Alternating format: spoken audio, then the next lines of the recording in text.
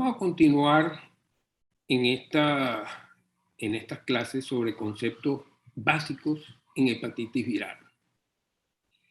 Y vamos a tratar el tema de la transmisión y la prevención.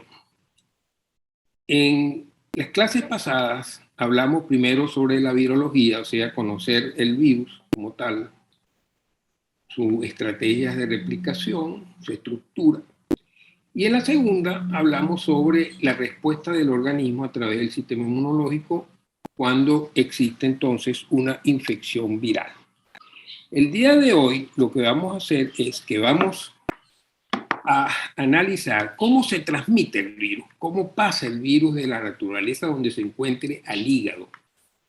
Y vamos, por supuesto, a tratar de ver cómo podemos evitar que eso suceda. La transmisión del virus puede ser de dos más grandes maneras, de estos virus hepatotrópicos. O es fecal oral o es parenteral y sexual. Fecal oral es cuando los virus pueden permanecer viables en las heces. Y esos son los virus A y E. Recuerden que el virus A y E son virus desnudos, no tienen esa segunda envoltura. Y la cápside, que es la que tienen, que es la que exponen al organismo, a la sangre, esa cápside es resistente a los jugos intestinales, pancreáticos, etc. De manera pues, que ellos se mantienen viables en las heces. Eso quiere decir que durante todo su trayecto a través del tubo digestivo no son afectados y yo los puedo encontrar en todas las heces activos, viables. En cambio, el virus B y el virus C, que tienen esa segunda envoltura es muy sensible a los jugos intestinales y a todo el proceso digestivo del tubo digestivo, que se altera, se modifica. Al yo modificar la envoltura o el antígeno de superficie, en el caso del virus B, ellos pierden justamente los ligandos, las llaves que les permiten entrar en la célula o la tarjeta magnética. Y entonces el virus está allí, pero no tiene envoltura y por lo tanto no puede penetrar en la célula. Si yo hago un estudio de ácidos nucleicos, en las heces yo puedo encontrar el ácido nucleico del virus B, pero el virus no está viable. Vamos a analizar con un poquito más de detenimiento lo que pasa con el virus A. Esa raya roja es la presencia y la magnitud de la cantidad de virus que existen en las heces viables de la hepatitis A. El punto cero de este gráfico es cuando la persona se infecta. Fíjense ustedes que a los pocos días ya aparecen los virus en las heces. ¿Qué es lo que pasa? Que ya los virus han penetrado en el hepatocito, están produciéndose, y a medida que la infección se extiende, pues el número, la cantidad de virus en las heces va aumentando, hasta que aparece la enfermedad. ¿Qué quiere decir que apareció la enfermedad? Hay ictericia, hay alteración de las transaminasas. El sistema inmunológico se dio cuenta que el virus estaba ahí y que está destruyendo los hepatocitos infectados, que son los hospederos, que es donde el virus puede fabricar sus semejantes. Entonces, el periodo infeccioso de esta enfermedad básicamente está entre esas dos rayas puntadas.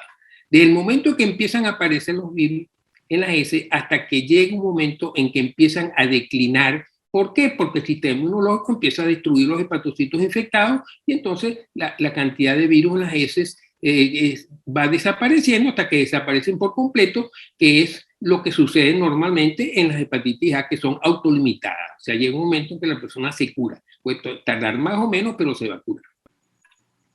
Entonces, esto es muy importante por lo siguiente. A veces llegan los pacientes o las madres de los niños que el niño empezó a tener ya manifestaciones clínicas y tiene una hepatitis A y está muy preocupada porque se van a infectar los demás. Lo dice, mire señora, lo más probable es que ya se hayan infectado lo que se iban a infectar porque el periodo infeccioso del virus es anterior a la parte clínica. Entonces tampoco hay que exagerar demasiado esos mecanismos de protección. La transmisión fecal oral la vamos ahora a llevar un poquito más en detalle. ¿Cuáles son las fuentes? Bueno, una de las fuentes importantes no está, digamos, directamente en el campo médico, sino en la ingeniería sanitaria. porque uno de los mecanismos más frecuentes de transmisión de la hepatitis es a través del agua. El agua potable contaminada, porque los tubos estaban rotos, porque hubo contaminación de las fuentes, etcétera, y con agua servida, y entonces, bueno, eso es un problema que hay que resolverlo por ingeniería sanitaria. Las otras fuentes son los alimentos. Las ostras son especialmente interesantes, ¿no? Los ostrales muchas veces están situados en las entradas de los ríos al mar, en el sitio donde ellos entran al mar. Ellos están ahí. Esos ríos, por lo general, tienen poblaciones a su alrededor.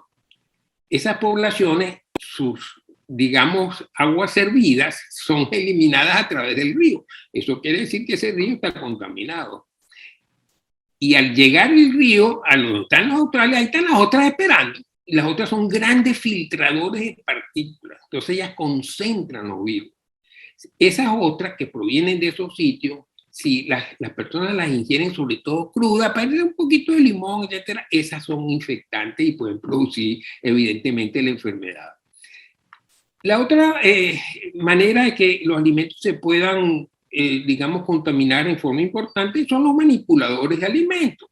Si la persona que está manipulando los alimentos está infectada, no se cuida suficientemente, probablemente no lo sepa, la mayoría de estas infecciones pueden ser asintomáticas, no hay un lavado adecuado de las manos, puede infectar alimentos.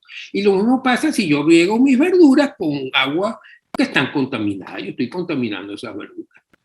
Entonces, la higiene personal es muy importante de la persona que está infectada y las personas que están con esa persona, que es el lavado de las manos.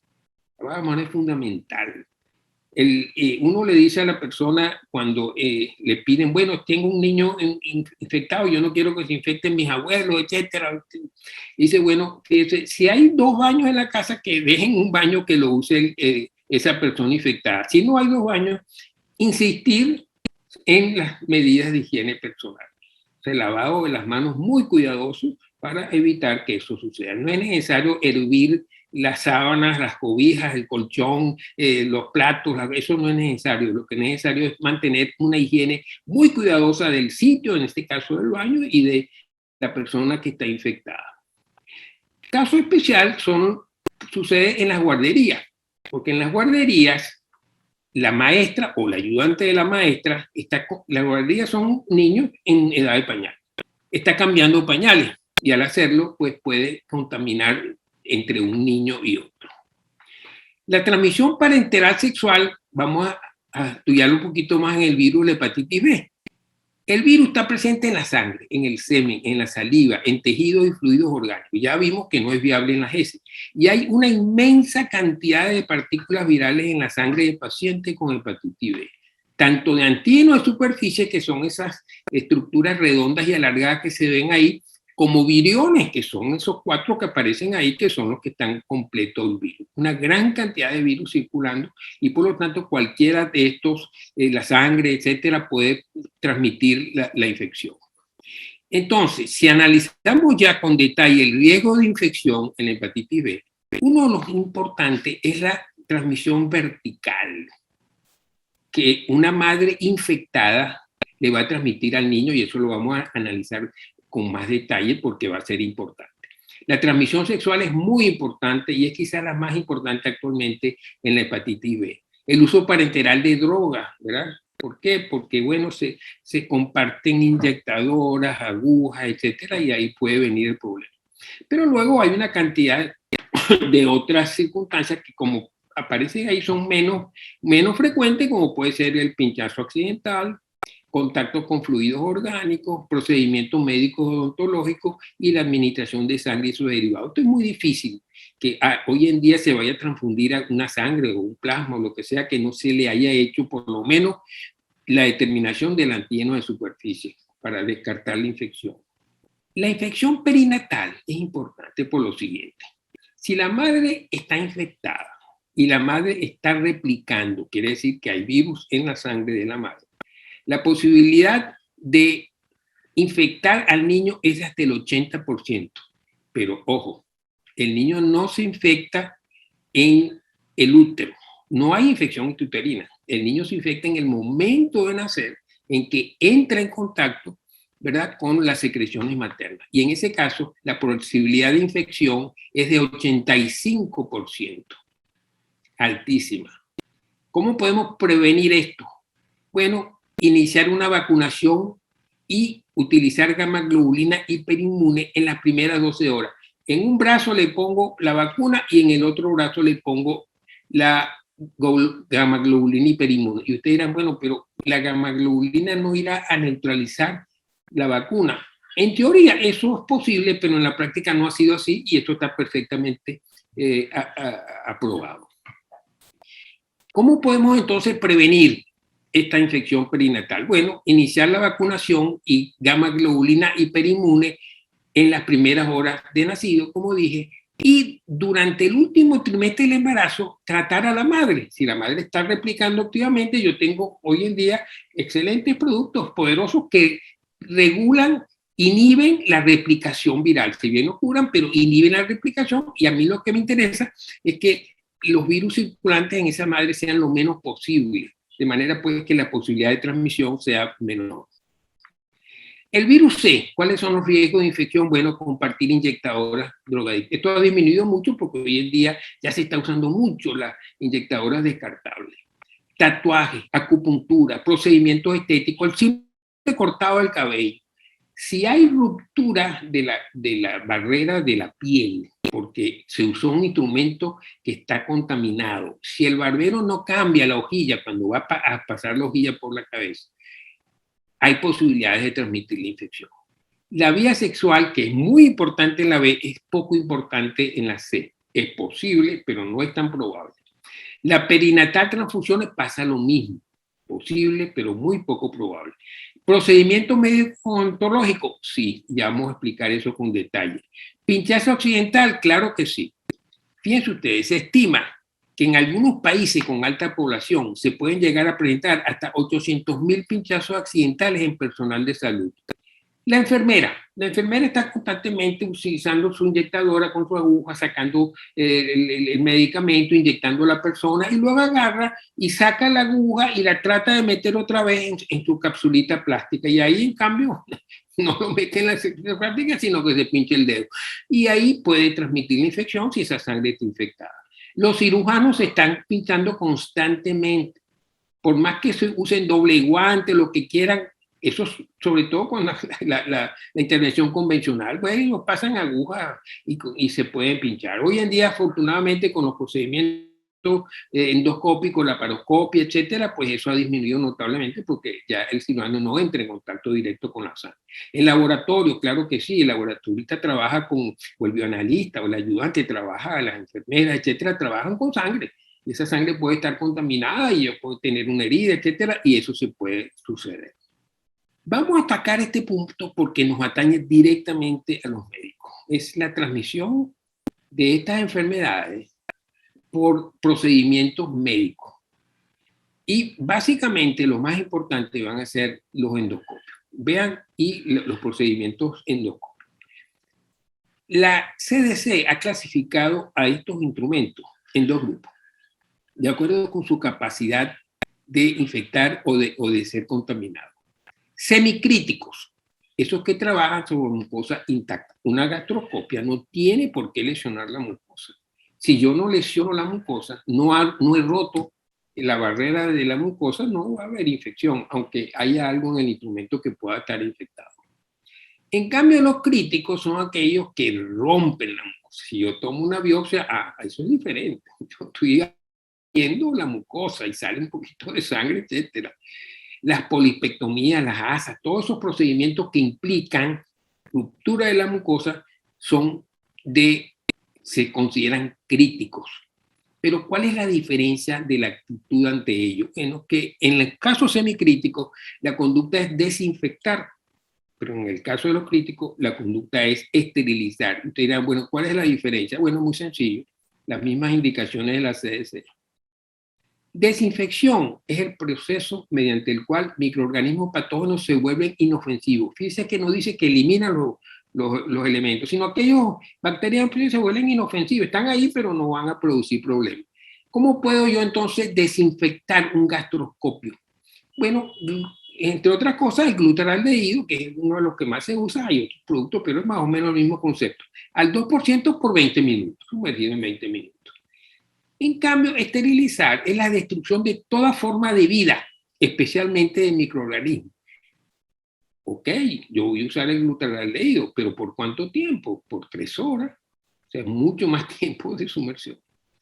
O utilizo otros procedimientos, hay que tener cuidado porque los procedimientos pueden dañar el equipo, pero si son otros instrumentos, biopsia, etcétera, eso se pueden poner en autoclaves o en otros procedimientos que existen ya de tipo químico, etcétera, para producir esterilización. Pero hay un previo muy importante. Esto necesariamente, cualquiera de los 2 métodos que vamos a usar, tiene que ir previamente una cuidadosa limpieza mecánica con cepillos y detergentes o enzimas. Los cepillos de dientes, por ejemplo, son muy útiles. Como la enfermera que ayuda en la endoscopia es realmente la que limpia estos equipos, es muy importante entrenar, que ellas entiendan el concepto y sepan lo importante que es, por ejemplo, las pinzas de biopsia, que son metálicas, es un metal enrollado que tiene muchos recovequitos, ahí se pueden quedar partículas de sangre. Cualquier partícula de sangre que quede ahí va a proteger al virus, inclusive aunque tratemos de ponerlo en glutaraldehído, etcétera, el virus estará ahí. De manera pues que la limpieza mecánica es muy importante. Bien, hasta ahora hemos visto la infección del ambiente hacia el organismo.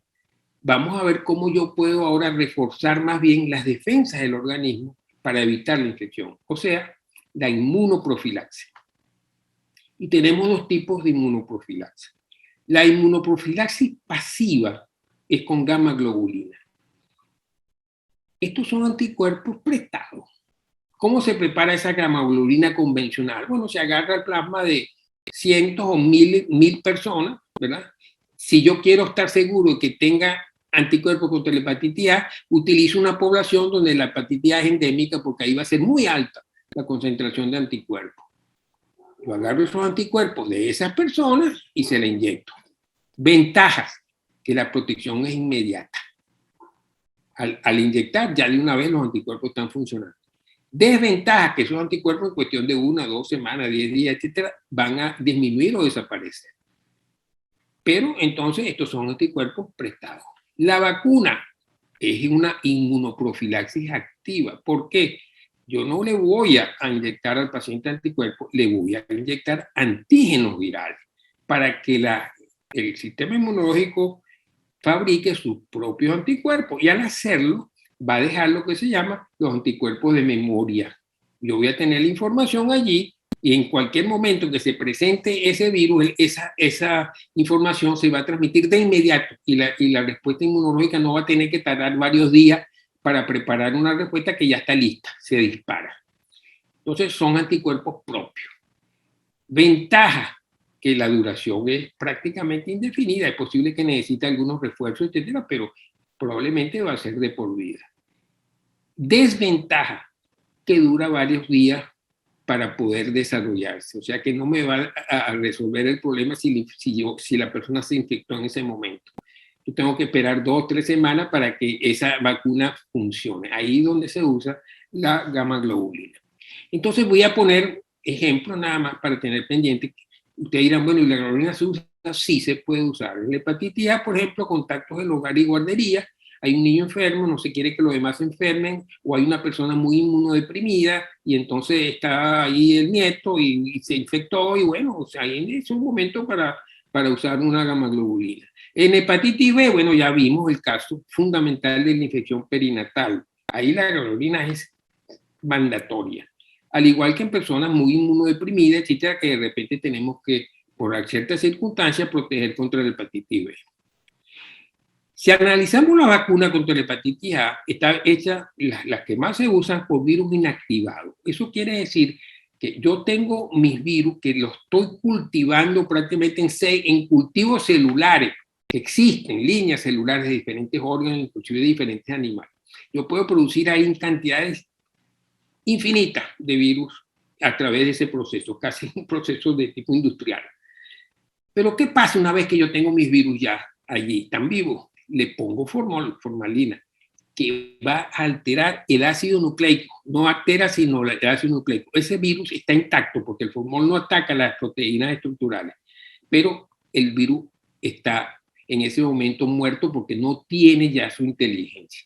Es una vacuna excelente, muy inmunogénica, muy bien tolerada, generalmente son 2 dosis intramusculares, generalmente no se le pone a los niños antes del año, porque pueden, en zonas endémicas pueden tener anticuerpos de la madre que pueden neutralizarla.